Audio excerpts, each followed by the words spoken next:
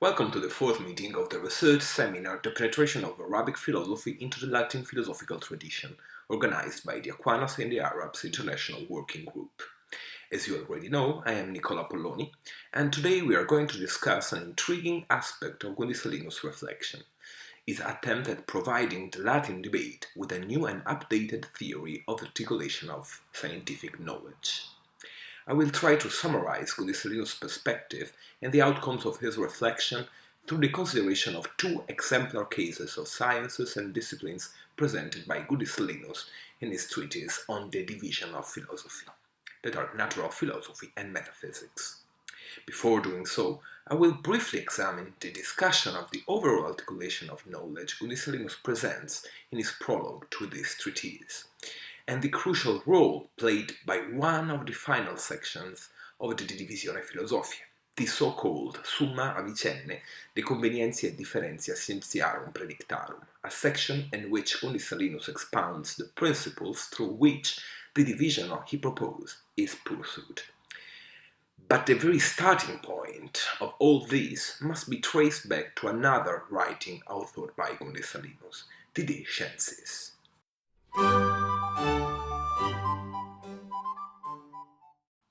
The De Scientis aims at proposing a new articulation of sciences, integrating trivium and quadrivium with further disciplines, a purpose that Gundissalinus will completely fulfill with his De Divisione Philosophiae. The Latin curriculum studiorum, developed through the 7 liberal arts, displayed its intrinsic limits once the new sciences cultivated by the Arabs arrived in Europe. Both Latin science and philosophy needed to be reformed through the insertion of new sources and authorities, but also through a new epistemological system that could allow a real integration of the new sciences into the Latin curriculum. The De Scientis follows this direction, proposing a first relevant division of knowledge in disciplines open to new sciences. Nonetheless, there is a crucial problem with the De Scientis. The structure of the treatise, indeed, mirrors its main and almost exclusive source, that is, Al-Farabi Kitab Iqsa al-Ulum. At the very same time, Gundissalinus modifies, develops and cuts long parts of the original Arabic work, using only those sections that supposedly satisfy his personal epistemological perspective. From this point of view, the alteration of the original text by Gundissalinus makes the stylistic classification of the De Scientis very difficult, and some scholars prefer not to consider this treatise among Gundissalinus' original production. The textual comparison with the further translation of Al-Farabi Iqsa al-Ulum, realized by Gerard of Cremona, displays how much the two versions are different both in length and regarding the contents therein presented. Gerard's version is effectively a literal translation of Al-Farabi's writing, while Gundissalinus shows an undeniable high degree of original reworking. Thus, Gundissalinus' De Scientis can be indifferently considered a creative translation or a scarcely original work. In both cases, one of the first works by Gundissalinus, regarding which the modern boundaries between originality and translation seem to be ineffective. The scientific articulation presented by Gundissalinus or Al-Farabi in the De Scientis starts with grammar, then deals with logic and the scientias doctrinales, physics, and then divine science, and finally ends with a short discussion on civic and juridical sciences. Every science is subdivided into a different number of subdisciplines. Grammar, for example, is composed of 7 parts, while logic of 8 parts, each one of them named after a logic work by Aristotle. Logic by itself has a mere instrumental nature, and its purpose are the clarification and checking of the correctness of reasoning, and specifically of syllogisms. The mathematical sciences are 7, the 4 traditional disciplines of the quadrivium, which are joined by 3 disciplines derived by the Arabic division of sciences. They are the scientia de aspectibus, that is optics, the scientia de ponderibus, that is the science of measure and weight, and the scientia de ingenuis, a discipline which deals with the application of mathematics to the physical bodies. Following this hierarchy of knowledge, Gundissalinus presents natural philosophy, which deals with natural bodies and the accidents whose being derived from those bodies, and then passes to divine science, which studies the essence and the principles of being.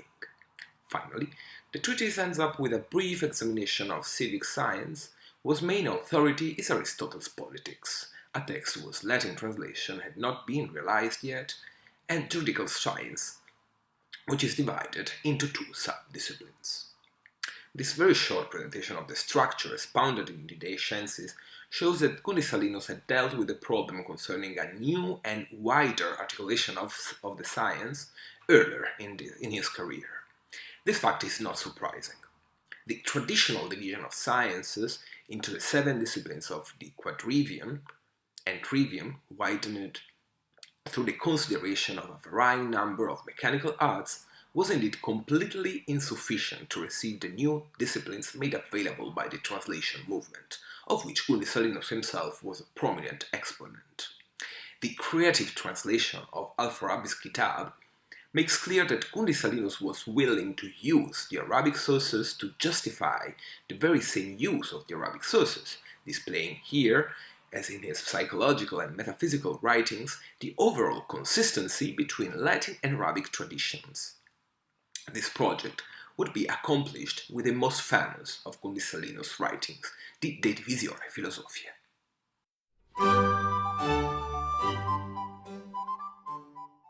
Felicitus was the previous age which disclosed so many wise men who, like stars, shed light on the darkness of the world.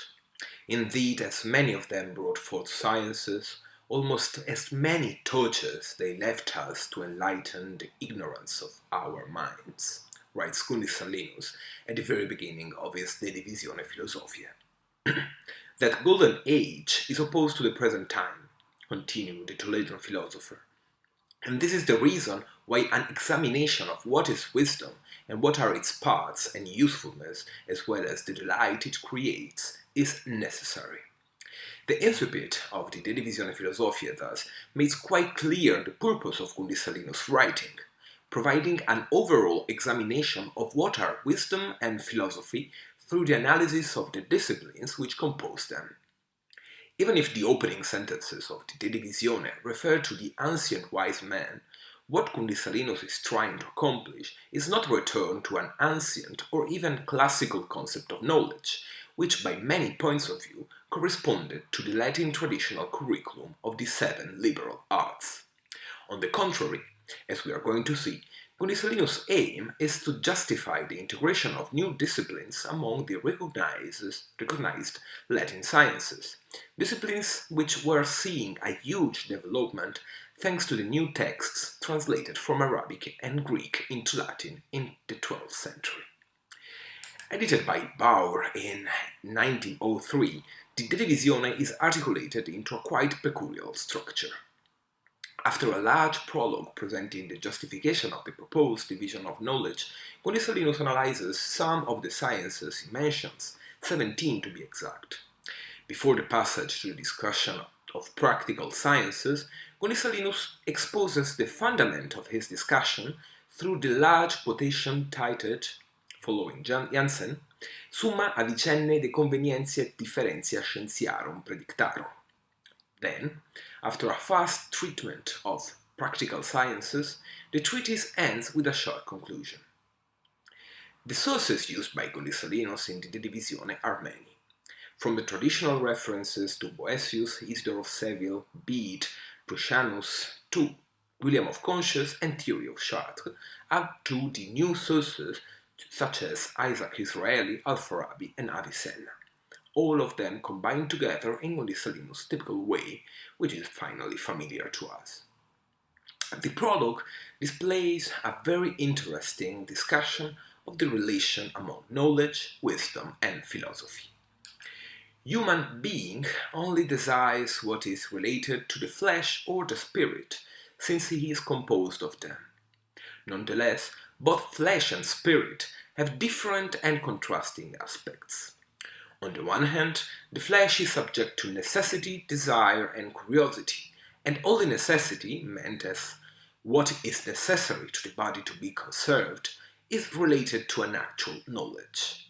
On the other hand, the spirit is subject to culpable, vain, and useful things, and only the latter gives the virtues and the righteous knowledge in which the perfection of man consists, stressing the insufficiency of virtues without knowledge for the human completion. Real knowledge, thus, is firstly restricted to two main fields, that are the knowledge on how to preserve the body and the righteous knowledge of what is actually useful for the spirit. Gundissalinus furtherly divides the latter. Indeed, righteous knowledge is of two kinds. On the one hand, there is a divine science, that is, the knowledge provided to man by God through the revelation.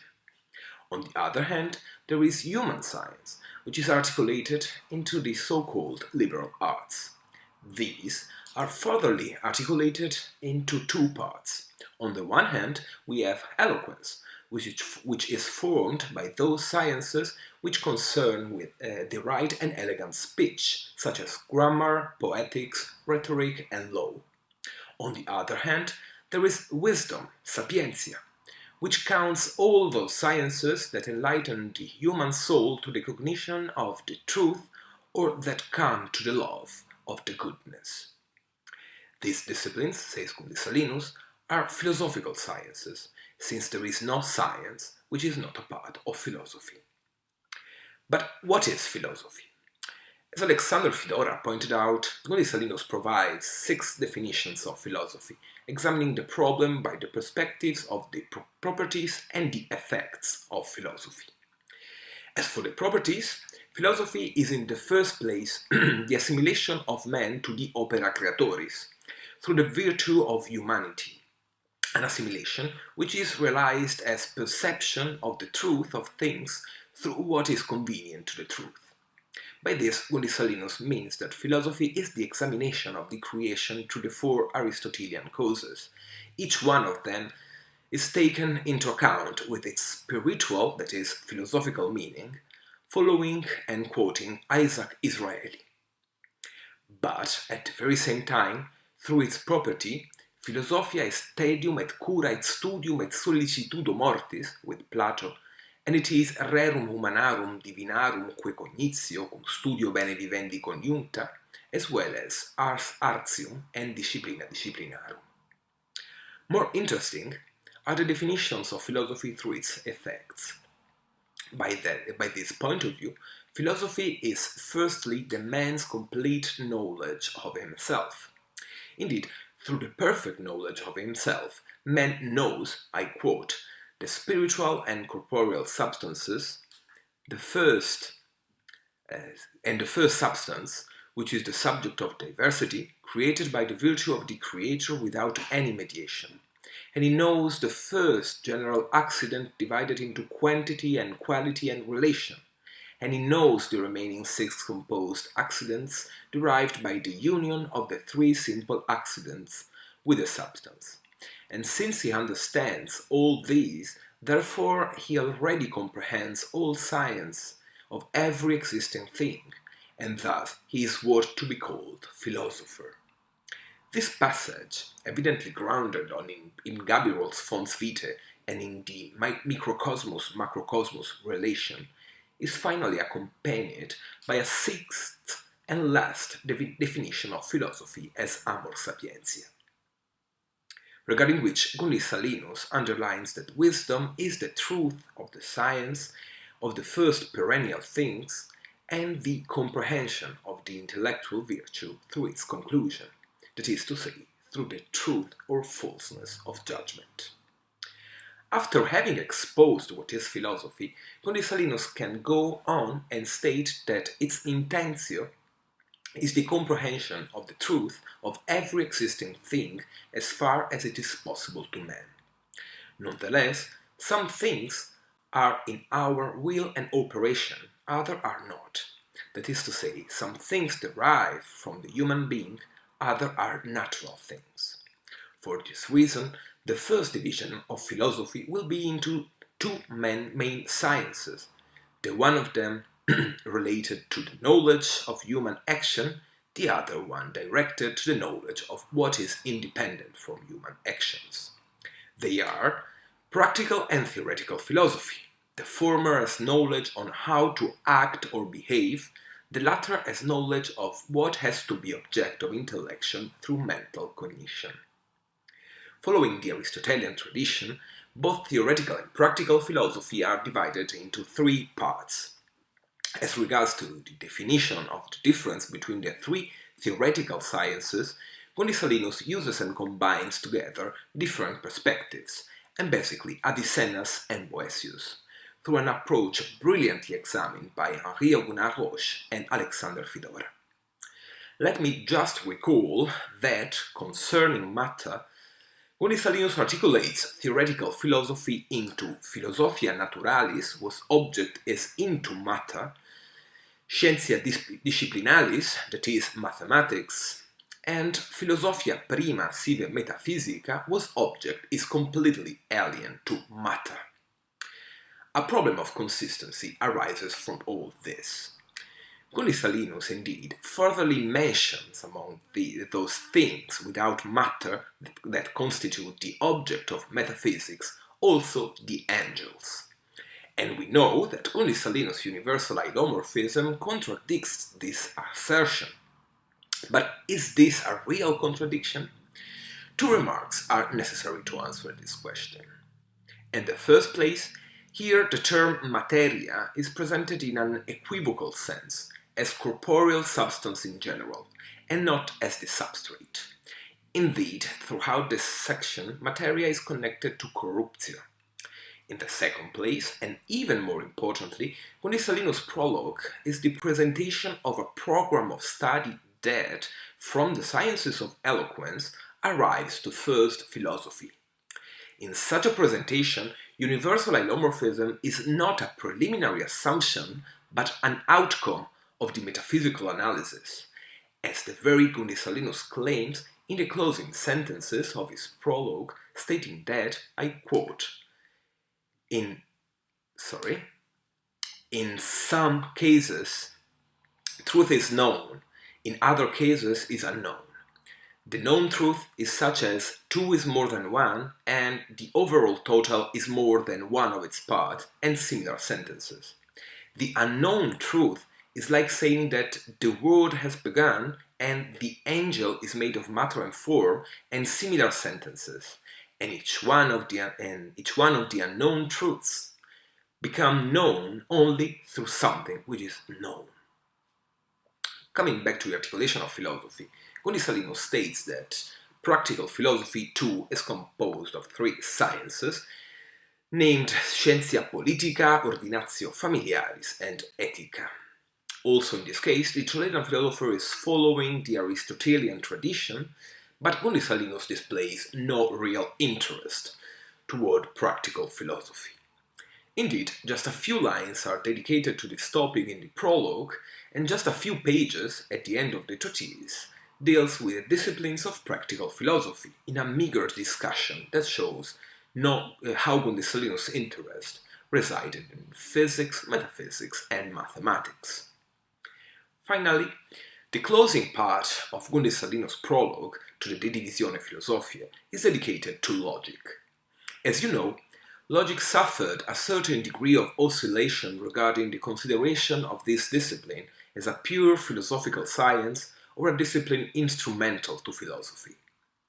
Gundissalinus points out the fundamental usefulness of logic, specifically regarding the distinction between known and unknown truths. I have quoted a few moments ago. Logic indeed is the only science to teach how to come from the known to the unknown. For this particular relevance, logic displays, it can be said to be an instrument for its usefulness regarding the acquisition of truth found in the other sciences, but logic is also a part of philosophy as for the study of what its object, of its disposition. The closing paragraph of the rich and intriguing prologue presents the method of didascalica Gundissalinus uses in its description and analysis of the sciences. The most relevant aspect of all this is the interaction between parts and species of each one of the major sciences. Indeed, if Al-Farabi and consequently Gundissalinus the Sciences presented a classification of sciences, the De Divisione Philosophiae goes further and exposes an articulated, organic system of knowledge grounded on the theory of subalternation. To fully appreciate this system, we will analyze some good examples of Gundissalinus' discussion later. Before that, we have to turn our attention to the examination of one of the final sections of the De Divisione, in which Gundissalinus presents the very theory of subalternation he received from Avicenna, the famous Summa Avicennae de convenientia differentia scientiarum praedictarum.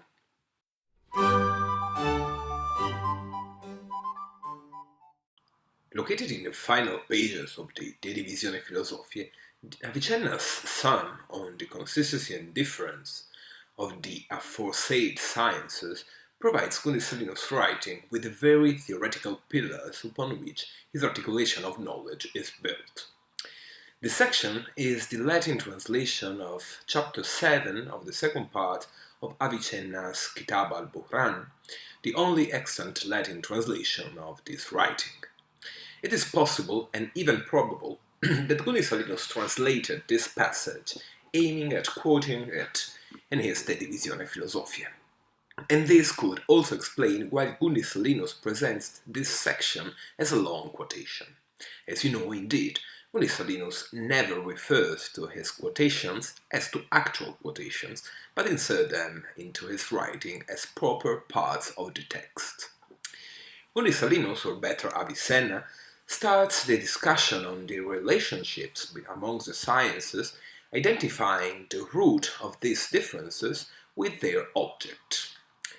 This difference is articulated into two kinds. In the first place, as regards to the actual diversity between two different objects of sciences, as it is the case of arithmetic and geometry, whose objects are not common. Or, in the second place, as the difference concerning the object of two sciences, object sharing something with the two considered sciences. The latter is furtherly articulated into two kinds of commonality of speculative object.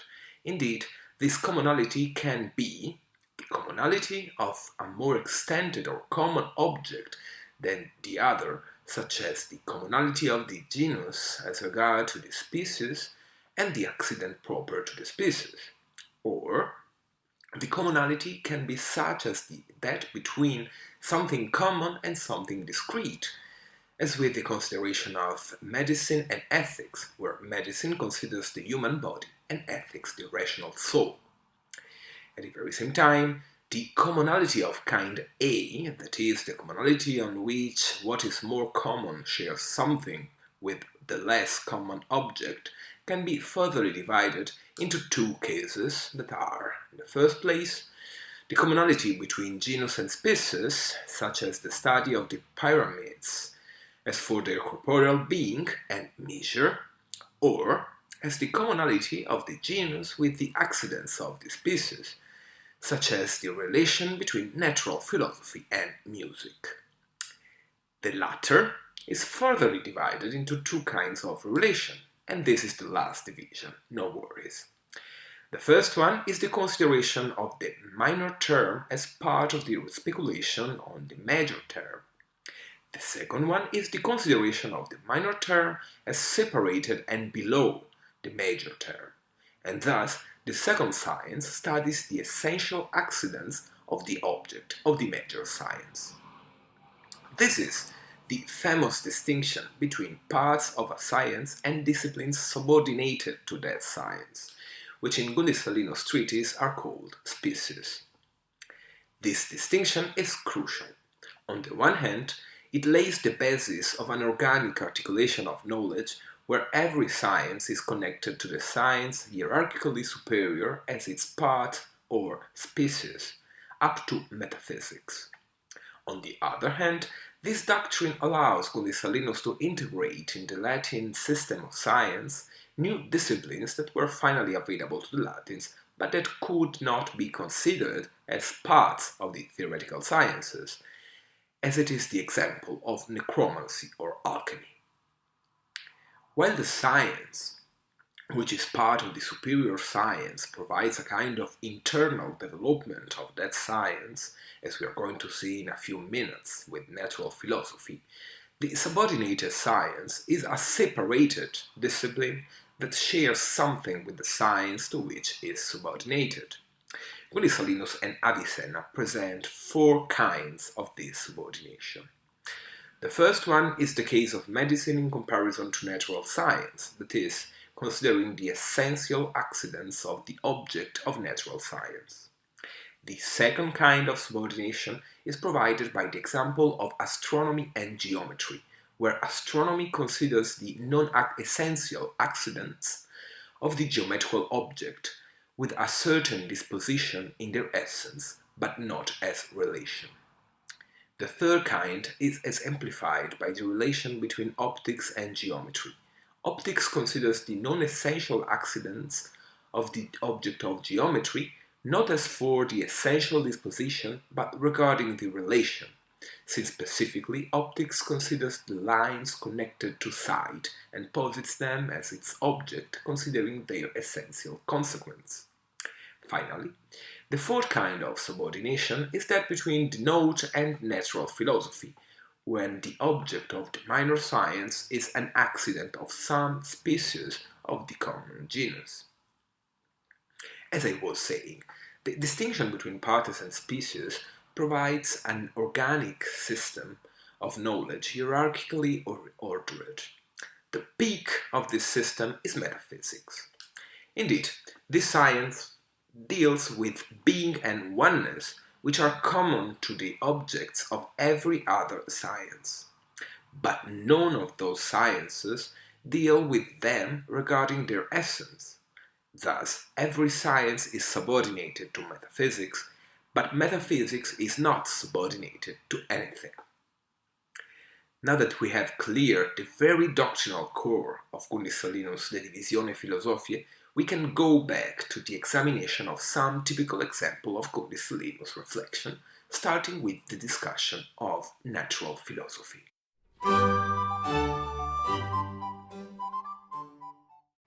Gundissalinus' examination of natural philosophy is a good example of both his attitude and his aims. As I said before, he applies the method of the Neoplatonic didascalica, that is, he describes the different aspects of every science quite in details, as we are going to see right now. Natural philosophy or natural science is the part of theoretical philosophy closer to us, and it is the science considering its object as unabstracted and with movement. This is to say that natural philosophy considers the compound of matter and form together without abstracting from matter. Its genus is established as the first part of theoretical philosophy, and its matter, materia, is the body not as it is being or a substance or a hylomorphic compound, but a subject of movement, rest, and change. There is no need to point out how extended is this object, and indeed, Gundissalinus immediately distinguishes between parts of physics and subordinated sciences. Regarding the latter, he writes, I quote, "But since among the sciences some are universal and other particular, and universal are said those sciences which contain many other sciences, thus another natural philosophy is universal, for it contains below itself 8 sciences that are the science of medicine, the science of astral judgment, the science of necromancy through physics, the science of mirrors, and the science of alchemy, which is the science of converting things in other species. And these 8 are the species of natural science." Following the pseudo-Farabian De Ortu Scientiarum, Gundissalinus here is using the epistemological distinction between partes and species to count among the sciences some new disciplines quite borderline as regards to the Latin tradition, but whose texts have penetrated Europe thanks to the translation movement. Indeed, as you would probably remember, we have seen in our first meeting that many of the first translations from Arabic into Latin were of scientific nature, and many of them were referred to almost completely new disciplines such as alchemy or optics, or even astrology and geomancy. At the very same time, the origins of the Greek into Latin translation movement were given by the translations of medical texts, with a quite direct connection with the school of Salerno. Thus, the insertion of this passage in the discussion of physics corresponds, at least in my opinion, to a specific aim of Gundissalinus, trying to open as much as possible the epistemic field on which the new disciplines could be grounded, without knowing whether they would be accepted or not by the Latin tradition. This is a tendency that we can detect throughout the divisione philosophiae, and here it finds an exemplar passage for the borderline nature of disciplines such as alchemy or even more necromancy. Going back to the text, natural philosophy is also composed of 8 parts, which are connected to one specific work or part of work written by Aristotle or pseudo-Aristotle. The first part of physics deals with what is common to every natural body, that is to say, its principles and necessary consequence, and it is studied in the book called De Naturali Audito, that is, Aristotle's Physics, which was translated probably in the very same years by Gerardo of Cremona in Toledo. The second part deals with the simple bodies, studying if they exist, what they are, what kind of body they are, and what is their number. Internally divided into 4 parts, the reference of this second stage of physics is provided by the Liber Caeli et Mundi. The third part of natural science is the examination of the mixture and corruption of the natural bodies and the elements, as presented by Aristotle's De Generatione et Corruptione, and furtherly on, the fourth part of physics deals with the principles of action and passion proper to the elements and their compounds, as stated in the De Impressionibus Superioribus, while the fifth part of physics examines the composed bodies considering their similar and dissimilar parts, and it is referred again to the De Impressionibus Superioribus. The sixth part of natural philosophy studies the commonalities of the composed bodies with similar parts, and specifically minerals, as taught in the De Mineris. The 2 final parts of natural science deal with, respectively, what is common and proper to the vegetable species, and it is referred to the book De Vegetabilibus, and the 8th and last part studies the animals, as is taught in the De Animalibus, De Anima, up to the last book of the De Naturalibus. Thus, we have the following scheme, displaying the wide articulation of natural philosophy into 8 parts and 8 subordinated sciences. The officium of natural science is the examination of the natural bodies and their essential accidents, teaching their origin and finalities. Regarding this point, Gundissalinus offers an interesting discussion developed through the comparison between natural and artificial bodies. Indeed, implicitly following Aristotle, Gundissalinus says that omnia magis appareant in artificialibus quam in naturalibus. And, by this consideration, Gundissalinus underlines that every corporeal being has an origin, a utility, and a finality, even though, I quote, nonetheless, these facts are more evident in the artificial things, and when they are subject of sight, and on the contrary, in the natural things, they do not appear as thus, since their constitutions are not an object of sense, and their very being cannot be known as true but through reasoning and demonstration.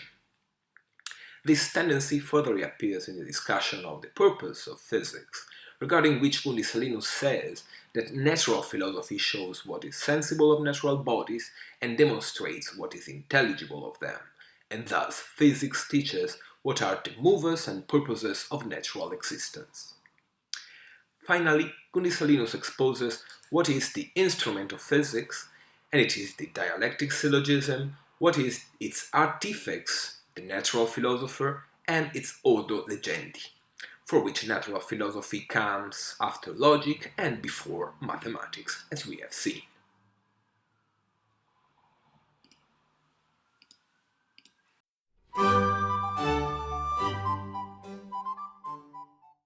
In the last part of this lecture, I will focus, even if briefly, on metaphysics. Metaphysics, named in the De Divisione Philosophiae for the first time in the Latin tradition as a discipline with this name, as Fedora pointed out, has various names, for it deals with different aspects of the highest philosophical importance. Quoting Avicenna's Liber de Philosophia Prima, Gundissalinus defines this science as scientia de rebus separatis a materia, definizione, as philosophia certissima et prima, and as sapientia certissima. Metaphysics correspond to sapientia since both metaphysics and wisdom are the noblest of all sciences as for certitude and object of study, that is, the first cause of existence.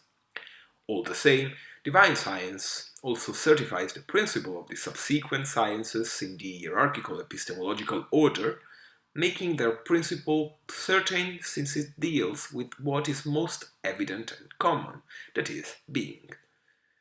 The most striking part of the De Divisione discussion of metaphysical science is Gundissalinus' description of the ordo inquirendi, of the discipline, a large passage derived and developed from Al-Farabi's Kitab, and indeed presented also in the De Scientis. In the first place, Gundissalinus clearly states that metaphysics follows physics and mathematics, and so it uses the outcomes of these sciences in its own study. The study focuses on the essences and their ontological correlates, and on the principles of demonstration.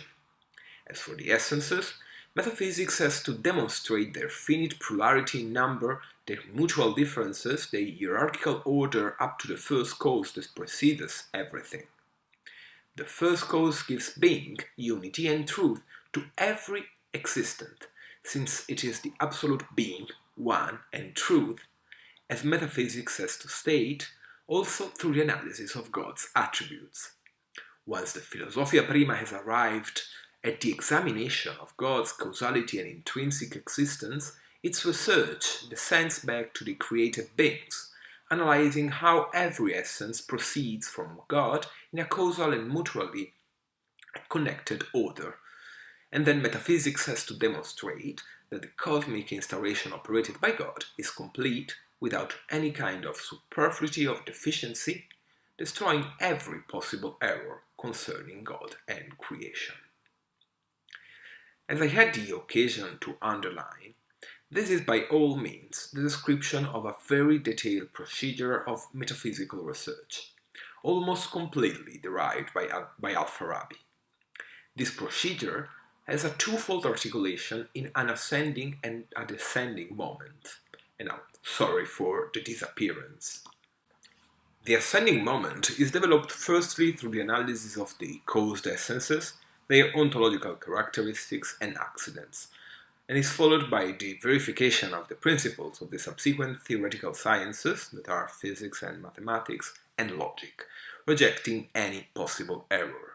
The third moment corresponds to the analysis of those essences that are not bodies, or that do not exist in a body, the accidents, demonstrating that 1. What are these essences, 2. Whether they are many or not, and stating that they are many, 3. Whether they are finite or infinite, demonstrating that they are finite in number, 4. Whether they are equal or not in existence, and the answer to which is that the essences have a different ontological status, and 5. That from the analysis of order of the essences, one arrives to the first cause of the essences themselves. Then, the fourth and final part of the ascending moment analyzes the first cause, demonstrating that 1. It is the absolute one, being, and trueness that causes the existence, unity, and truth of every subsequent being. 2. That the one has no multiplicity, definition, or similarity to other beings. and 3. That the first cause is God. The ascending moment is then followed by a descending phase, developed in the first place through the examination of the essences in regards to their causation by God. Then, with the analysis of the order and the mutual relations among essences, and furtherly with the question regarding God's further operation on the essences, that is, divine causation besides ontogony. All this is followed by the demonstration of the completeness of the world's instauration and order, and finally metaphysics has to provide a refutation of the errors regarding God and his operations. Gundissalinus' discussion of the philosophia prima in the divisione, and in a specular way in the scientiis, is not only a metaphysical procedure which Gundissalinus accepts and expounds in his epistemological writings, but it is also and especially a metaphysical program he puts into effects in his own metaphysical research. If a first glimpse of this aspect was provided by the reference we saw in the prologue to the demonstration of universal isomorphism, the comparison of this metaphysical procedure with the contents of the De Processione Mundi is astonishing. Gundissalinus indeed applies this metaphysical procedure in his cosmological treatise, following the development described by the De Divisione Philosophiae and derived by Al-Farabi. Through the application of this metaphysical program, Gundissalinus' speculation appears as even more consistent than previously expected.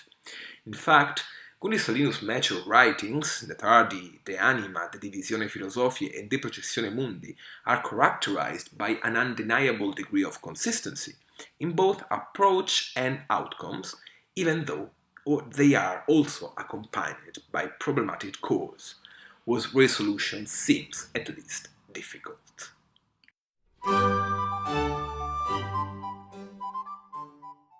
As we have seen, Gundissalinus' gain in positing the articulation of knowledge through the lenses offered by Avicenna's theory of subordination is evident. Gundissalinus, indeed, can provide at the same time a wide epistemological frame through which insert, among the sciences, the new disciplines derived from the translation movement, a hierarchical and organic articulation of knowledge with no gaps, and a procedure for the study of metaphysics and theoretical sciences in general. At the very same time, this perspective, and especially the cold fusion among different and opposite sources, Latin and Arabic, entails some tension and unanswered questions. As for the history of the effects of Gundissalinus' De Divisione Philosophiae, the treatise would have a wide reception, even if it will be soon superseded by different system, more Aristotelian and even more orthodox. Indeed, some of the sciences Gundissalinus tried to include in his system would not have a positive reception by the Latin scholars. Alchemy, necromancy, astrology, just to name the more problematic of these disciplines, would have a different fate, but none of them would finally become a structured part of the medieval curriculum.